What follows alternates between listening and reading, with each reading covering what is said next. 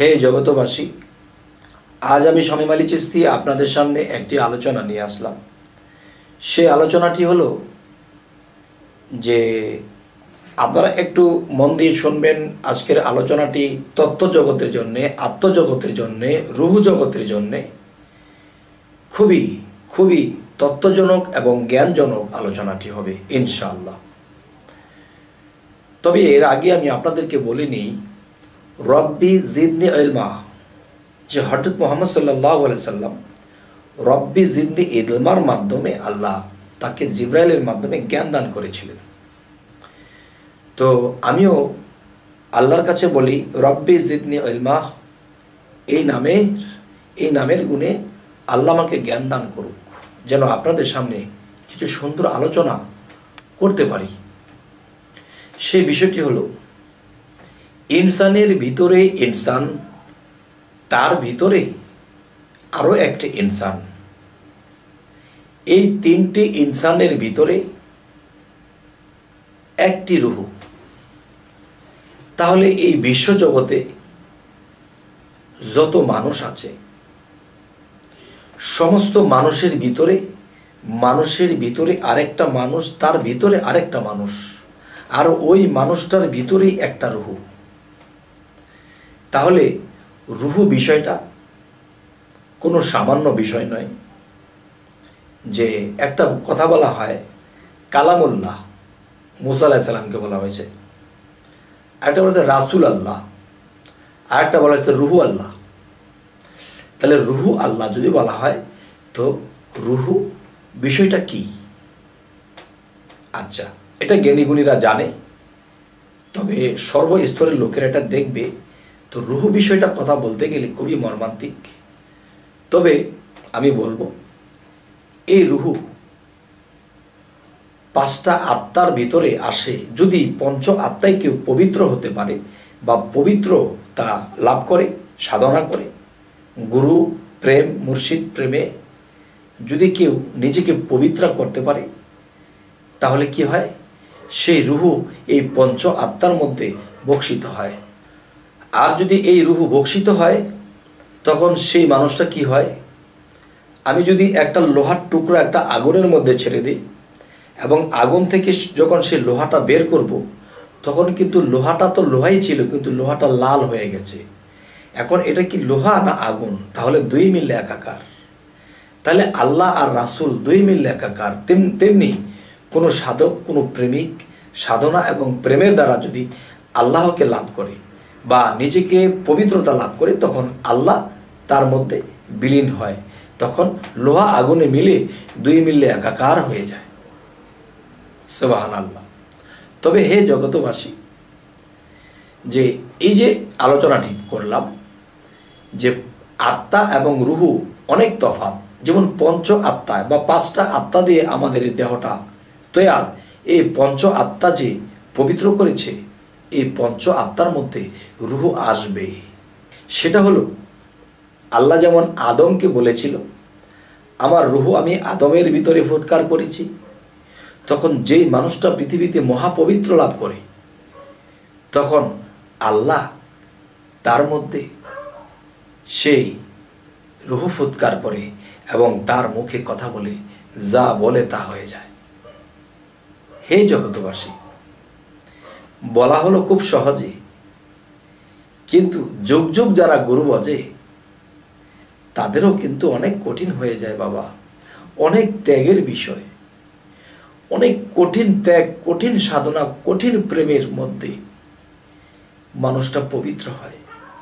আর এই মানুষটা পৃথিবীতে অনেক লাঞ্ছনা বঞ্চনা ভোগ করে, তাকে সামাজিক যন্ত্রণাতে পোড়ায়। মোল্লা মুন্সি যারা আছে তাকে ভণ্ড বলতে থাকে, এবং এই পৃথিবীতে যারা সাধারণ মানুষ আছে তারা তাকে ভণ্ড বলতে থাকে। এমনকি মানুষে তাকে লাথিও মারে, মানুষ তাকে অপমান অপবাদ দেয়, তার শরীরের কাপড়টাও ঠিক থাকে না।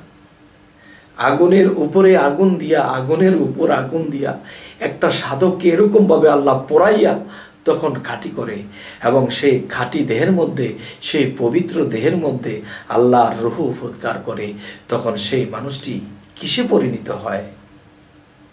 লোহা যখন আগুনে দেওয়া হলো, লোহা যখন লাল হয়ে গেল, এখন লোহা কোনটা আগুন কোনটা দুই মিললে একাকার, তার মধ্যে আল্লাহতে লয় হয়ে যায়, আল্লাহ তার মধ্যে বিলীন হয়ে যায়, তখন আল্লাহ কে আর এই মানুষকে, এর মধ্যে তফাৎ কি হবে? হে বাবা, হে জগতবাসী, আজকের এই কথাগুলো আমি বলতে আমার কেমন জানি লাগছে। জানি না আমি কি উলুবনে মুক্তা ছড়াচ্ছি কিনা।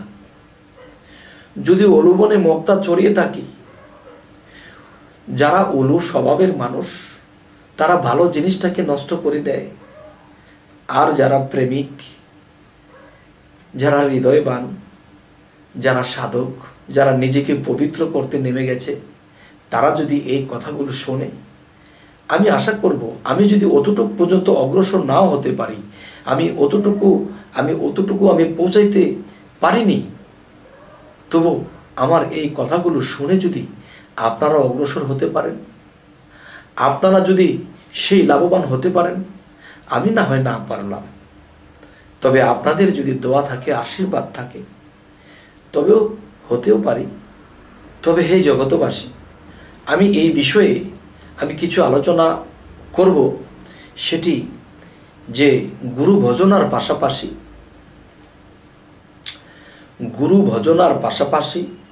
এবং সাধনার পাশাপাশি এবং সর্বত্যাগের পাশাপাশি এই সাধনাগুলো করতে হবে।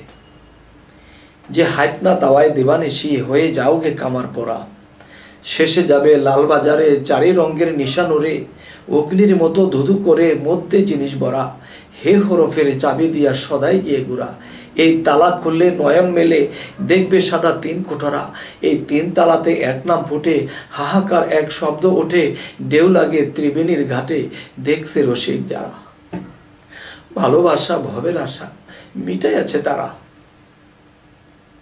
হে জগতবাসী, তাই আমি বলবো, যাবে যদি ছোটে আয় সন্তরে কৈমন পাগল, ঘোর অন্ধকার ভয়ের সঞ্চার, না আছে পথের সম্বল, এই অষ্টধাতুর দেহখানি চালাইতেছে খুদ কোম্পানি, এই মধ্য স্থলে আছে পানি, হাওয়ার যোগে হয় প্রবল, উপরে জলে পরশমণি, নিচে ঘুমায় অষ্টফণি, হংস রবে ওঠে ধ্বনি, সোহাং শব্দে চলাচল, এই মূলদার হইতে নিয়া কুম্ভকে দম আটকা দিয়া, ধীরে ধীরে চোখ মুদিয়া ধ্যান করো সহস্রদল।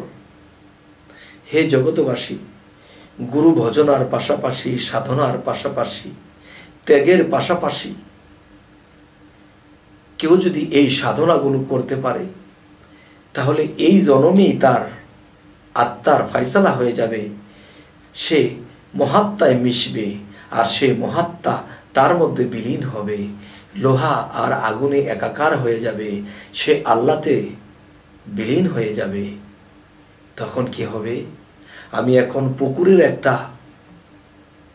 একটা পুকুরের মধ্যে আমি আছি, পুকুরের মধ্যে অল্প কিছু পানি আছে, এই পুকুরের পানি কোত্থেকে এসেছে?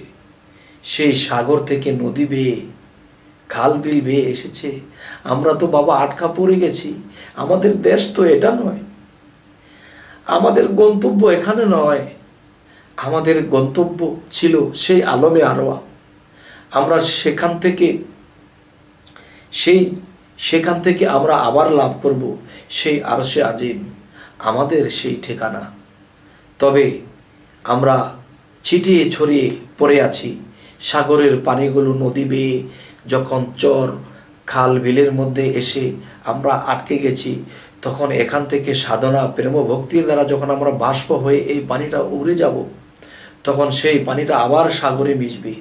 তখন আল্লাহ যদি সেই মহাসাগর হয়ে থাকে, আল্লাহর কুদরতের জ্ঞানের মহাসাগর হয়ে থাকে, সেখানে যদি আমরা কোনো দিন ফিরে যাই, তাহলে কি হবে? সেখানে আমাদের স্থায়ী। তাহলে আমরা নালা ডোবা পচা গলার মধ্যে পড়ে আছি। তবে যদি আমরা এ ধরনের সাধনা, এ ধরনের ভজনা যদি এই পৃথিবী থেকে করে যেতে পারি, ইনশাআল্লাহ এই জন্মেই আমাদের আত্মার মুক্ত হয়ে যাবে। আর মুক্তির জন্য কি আমরা এটা করি? না, আল্লাহকে ভালোবাসার জন্যে, আল্লাহকে পাইবার জন্যে। যদি তাকে পেয়ে যাই, সে কি আমাদেরকে এই নর্দমার মধ্যে ফেলে রাখবে? এই নর্দমায় ফেলে রাখবে না, তখন আমাদের স্থান সেই উচ্চস্তরে হবে। তবে হে জগতবাসী, আমি চাই মন থেকে এমন কিছু আলোচনা আরো করব, আল্লাহ যেন আমায় তৌফিক দান করেন। তবে এরকম আলোচনা যদি আপনারা আরো পেতে চান, তাহলে আমাদের এই চ্যানেলটিকে সাবস্ক্রাইব করে আমাদের সাথেই থেকে যান। পরবর্তীতে আপনাদের সাথে আবার সাক্ষাৎ হবে। তবে সকলেই ভালো থাকবেন। আল্লাহ হাফিজ।